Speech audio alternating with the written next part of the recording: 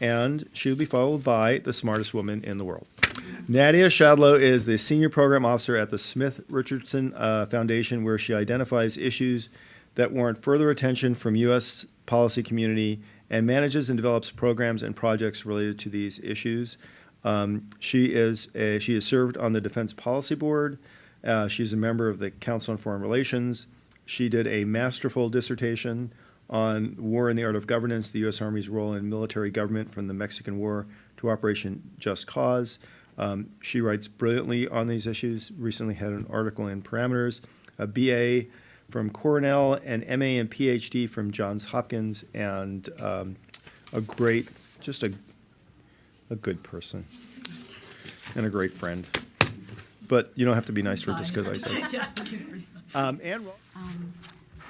I'm going to start out first by saying that I'm not an implementer, and I have not had operational experience like a lot of my fellow colleagues here, so I'm not saying that I do. I'm approaching this as someone who's thought about these issues from a policy perspective and thought about them in terms of how can the U.S. best achieve its outcomes, which I think are decent outcomes and good ones, and end up helping societies in many of the same ways that my fellow panelists have talked about.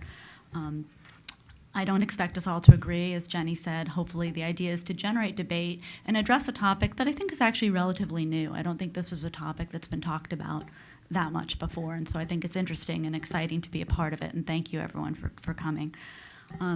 I actually started out with the same point as Jenny, but from a perspective of being a problem. So I'm going to go through four problems that I see with the concept of neutrality. But we didn't plan it at all. But the very first problem is first, the neutrality is fundamentally a tactical concept.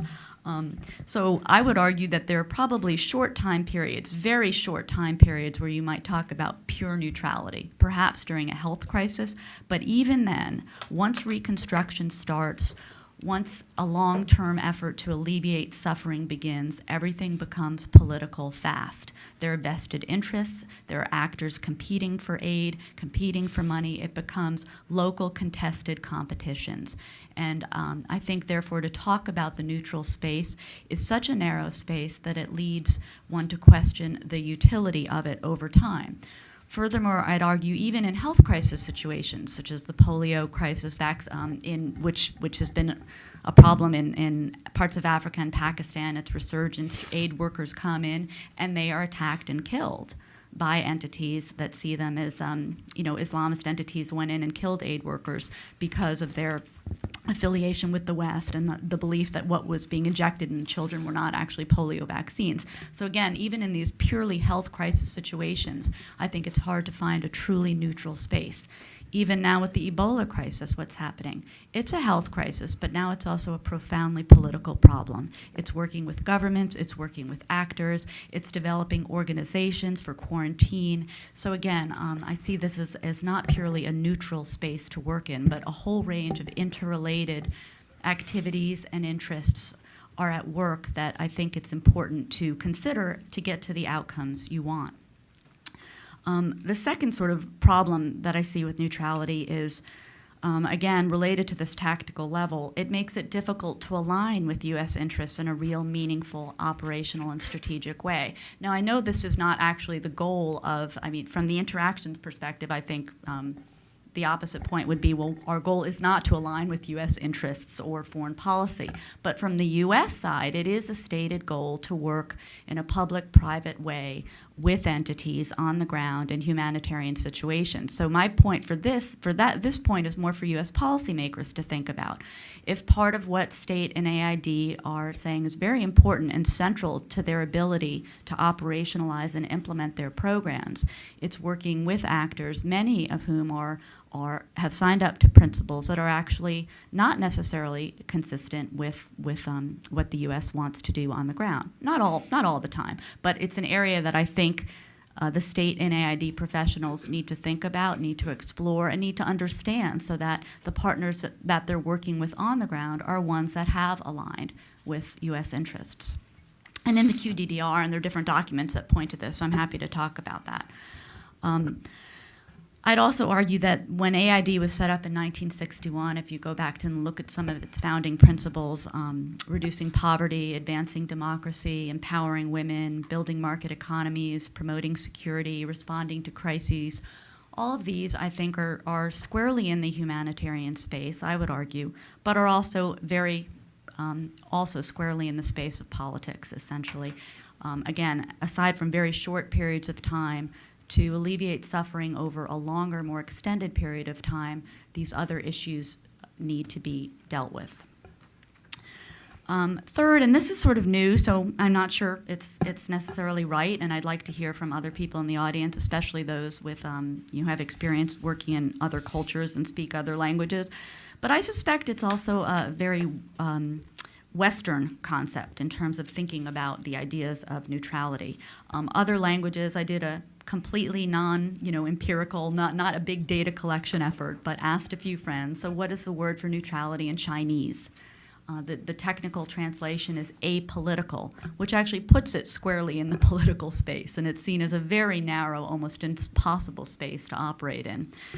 In Arabic, and I'm sure there are different words for this, and depending on the culture and the country, one of the words is supposedly it means self-removal from partisan stands. So it has connotations often which are usually negative, where non-engagement and centricism are often seen as indecision, weakness, and a lack of social responsibility. Now, this information might not be correct, but I do think it's worth looking at. There are probably some interns in the room. I think it would make, an interesting little essay to see how other cultures think about this word and the term and the way that it's used. Local groups that claim neutrality in other cultures are often not accepted as such and are in fact regarded suspiciously. And I think actually this aligns with Jenny's points. We're just coming at it from a different perspective. So I would argue that whatever is done, they're not going to be trusted anyway. And they're going to be seen as agents of one country or another, one regional or local power as another. So it's hard, again, to operate in that purely neutral space. I think also that groups with decidedly political aims operate in this space and derive the political benefits of that actually in ways that are more successful than what the U.S. has done.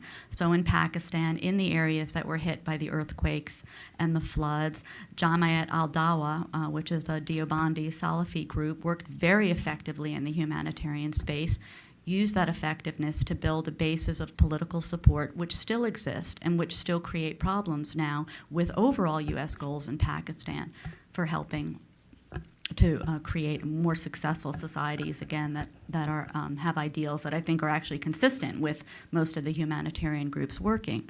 So they use the space in a more, I would say, sophisticated way because they build on the political foundations that space provides.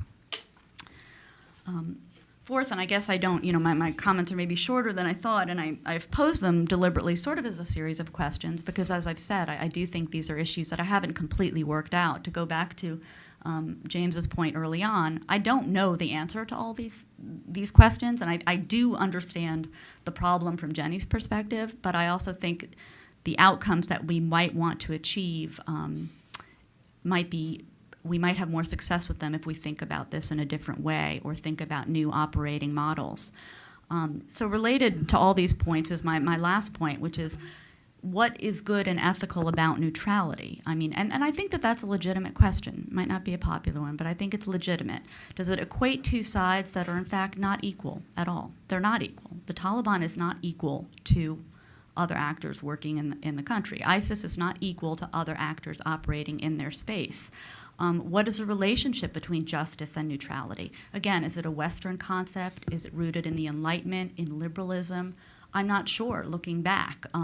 Depending on how you think about the term, what are its antecedents for being considered a good concept? Lots of people don't think Switzerland was a particularly good actor in World War II, right? Depending on how you think about it. Is cooperation with really bad actors justifiable beyond any certain point? At what point does it become justifiable to continue it? So again, I think these are maybe sensitive questions, but I think it's worth thinking about. Are there activities on an individual or small group level that might be just for that local immediate space, but communally, at the communal level, not advancing the sort of justice that that NGOs in the humanitarian space really fundamentally want, right? They want women to be treated decently and empowered, and children to have access to medical care and better health. So are there differences where neutrality works maybe at an individual, very localized level, but beyond that it doesn't work as well, or it creates limitations to what can actually be done? Are there specific examples of successes that are fundamentally due to neutrality, or are they due more to compromises that have been made among competing political and economic interests? So if I had to think of an alternative framework, mine would actually be the latter. The compromises that need to be made between competing political, economic, social, religious interests on the ground. And thinking of it more in the political sense in the way that our Congress is compromising all the time. So what's the difference between thinking about compromise and neutrality and operationalizing those ideas? I think that would also be interesting for discussion. I think then if we think about neutrality in a different way or begin to question that assumption, that leads to other questions. Are there different information requirements that NGOs might seek? Would their operational planning be different? Would links between tactical accomplishments and strategic goals be stronger if politics were explicitly discussed at the outset? Would you see more long-term benefits down the line? I think these are the kinds of questions that we would ask and debate in the NGO community. I think it would be interesting actually to do so.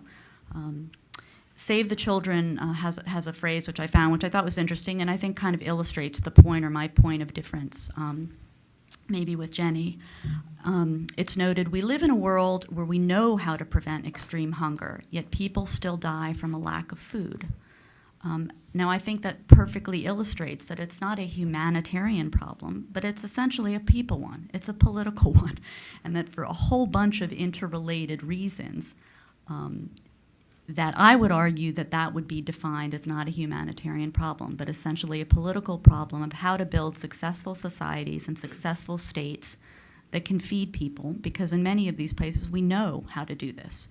It's just all of these other interests that affect our ability to achieve those outcomes. So those are my 4 points. Probably the panelists to my right and left completely disagree with me, but that actually makes it fun. I mean, in Washington, I think sometimes, it's actually fun to disagree and talk about these ideas, and I look forward to it. So thank you. I'm kind of glad we did this without lunch and silverware. And over to you. What's interesting is I agreed with everything she said. Oh, there you go. Rats. And? Yeah, thank you.